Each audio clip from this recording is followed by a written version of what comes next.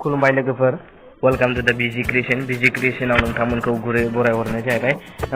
दिनैनि भिडिअनि टपिकआ जाहैबाय नेटखौ माबोरै स्पिड खालामनो हायो बेनि सोमोन्दै आं नोंथांमोननि सेराव देखायगोन। फैदो दानिया भिडिअखौ स्टार्ट खालामनोसै। फार्स्ट टाइम सेटिंआव लांबाय,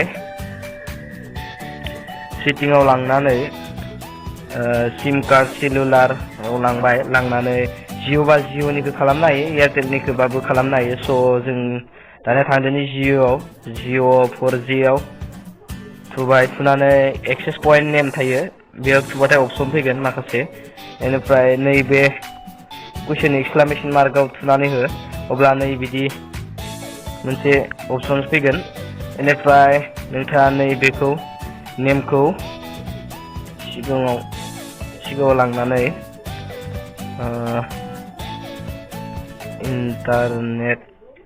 इन्टारनेट जिअ 4G सेभ खालामदो। बेनिफ्राय APN खौ नोंथाङा जिअ नेट दंखायो नालाय 4G खौल' थुनानै होदो, 4G। ओमफ्राय सेभ खालामबाय, ओमफ्राय प्रक्सिखौ नांलांला। ओमफ्राय पर्टखौ नोंथांमोना खालामनोबा फ्लाइट मड खालामग्रोनांगोन, बिनि उनावसो पर्टखौ सोलायनो नांगोन। स' दानिया फ्लाइट मड खालामना लाग्रोनोसै,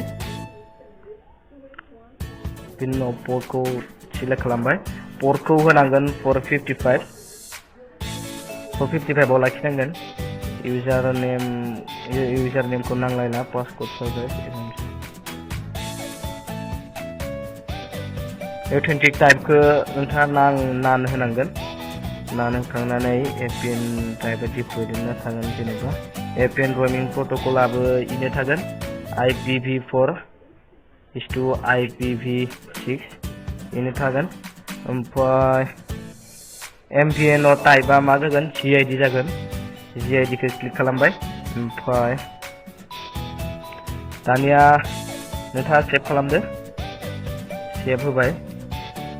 सेभ होबाथाय सेभ जालांबाय। ओमफ्राय फ्लाइट मडखौ अन खालामनानै होदो, ओमफ्राय डाटाखौबो खनसे अफ खालामना अन खालामफिनदो। ओमफ्राय नायदो,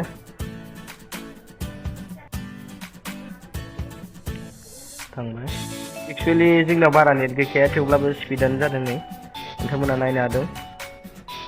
जों मोनसे भिडिअ प्ले खालामनो राजा खुंगुर आदानि। हेलो, खुलुमबाय बयनिसिमबो, वेलकाम बेक टू स्पिड जादों। एसे बोरिं जायो, बेखायनो एखमबा सम माबा माबि सोफादेरलाबायो आं एसे इन्टारेस्ट होनायनि। दा नोंथांमोना आंनि भिडिअखौ नायनानै मोजां मोनबाय जानो हागौ।